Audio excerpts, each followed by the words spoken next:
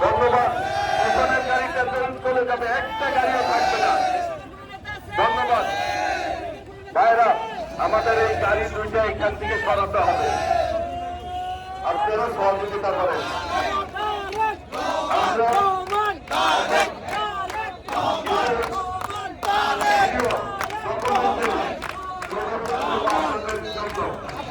আপনারা ধৈর্য সহকারে সকলে বসে থাকবেন।